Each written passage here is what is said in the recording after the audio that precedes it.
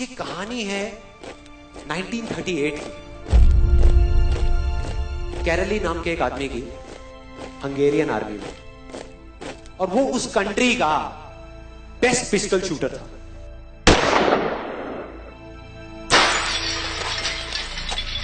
जितनी भी national championships हुई थी उस कंट्री में, उसको वो जीत चुका था। और सबको ऑलमोस्ट कंफर्म था कि 1940s में जो ओलंपिक्स होने वाले हैं उसमें गोल्ड मेडल केरली को ही मिलेगा।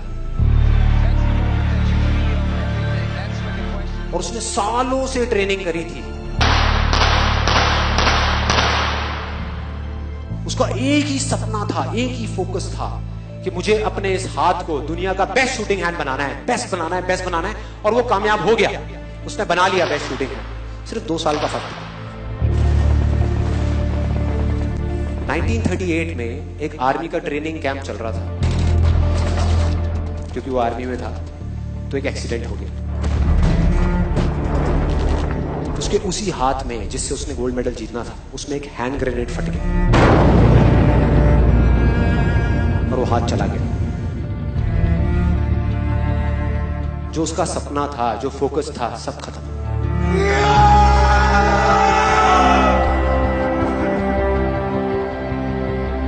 उसके पास 2 रास्ते थे। एक तो ये कि वो बाकी की पूरी जिंदगी रोता रहे और कहीं जा करके छुप जाए,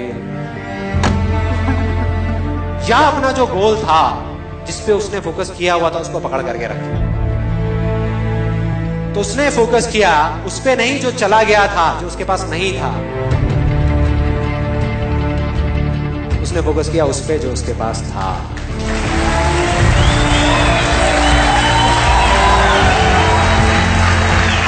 जो उसके पास था, और क्या था उसके पास में? एक लेफ्ट हैंड, एक ऐसा हाथ जिससे वो लिख तक नहीं सकता था। 1 महीने तक उसका हॉस्पिटल में इलाज चला इस हाथ के लिए, और सही 1 महीने बाद अपनी ट्रेनिंग शुरू कर दी इस हाथ की।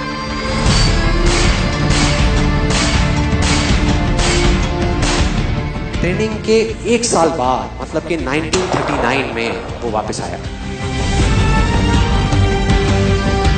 नेशनल चैंपियनशिप्स हो रही थी वहीं पे हंगरी में, और बाकी भी बहुत सारे पिस्टल शूटर्स थे वहां पर।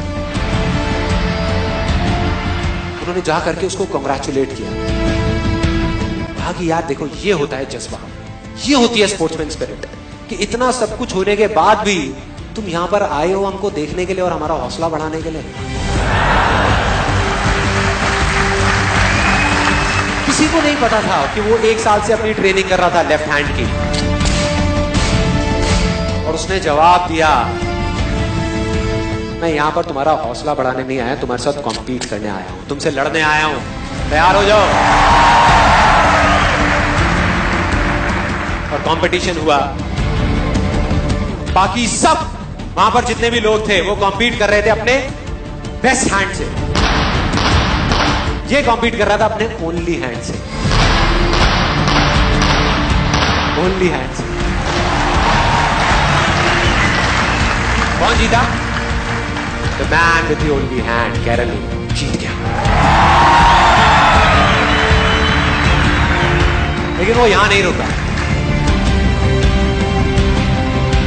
उसका गोल क्लियर था कि मुझे इस हाथ को इस कंट्री का नहीं, इस पूरी दुनिया का बेस्ट शूटिंग हैंड बनाना है। उसने अपना सारा फोकस उठा करके डाला 1940 पे,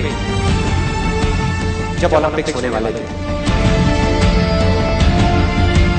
लेकिन 1940s के ओलंपिक्स कैंसिल हो गए वर्ल्ड वॉर की वजह से।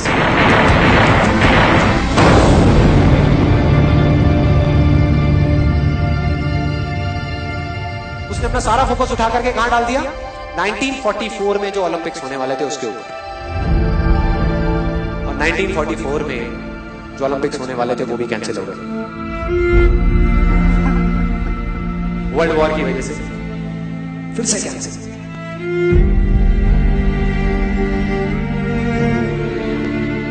उसने अपना सारा फोकस उठा करके डाल दिया 1948 के ओलंपिक्स में। 1938 में उसकी एज थी 28 साल, 1948 में उसकी एज हो चुकी थी 38 इयर्स। और जो यंगर जो प्लेयर्स आते हैं निकल करके, उनसे कॉम्पीट करना मुश्किल होता चला जाता है। लेकिन मुश्किल नाम का ये वर्ड था ही नहीं उसकी डिक्शनरी में। वो गया, पूरे वर्ल्ड के बेस्ट शूटर्स आए हुए थे जो अपने बेस्ट हैंड से कॉम्पीट कर रहे थे, और ये अपने ओनली हैंड से कॉम्पीट कर रहा था। और कौन जीता? The man with the only hand.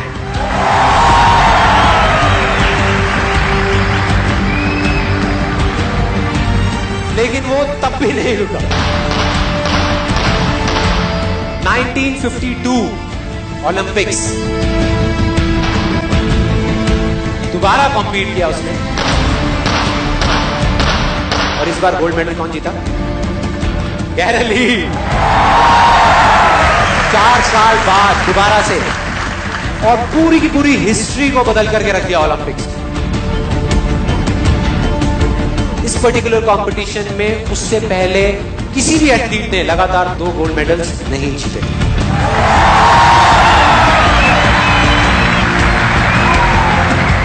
अब किसी भी लूजर के पास चले जाओ, उसके पास लिस्ट होगी बहानों की कि मैं इस वजह से फेल हुआ अपनी लाइफ में, इस वजह से मैं कुछ नहीं कर पाया। बहुत लंबी लिस्ट है। और दूसरी तरफ विनर के पास चले जाओ, उसके पास में 1000 वजह होगी वो ना करने की जो वो करना चाहता है, सिर्फ एक वजह होगी वो करने की जो वो करना चाहता है, और वो कर जाएगा।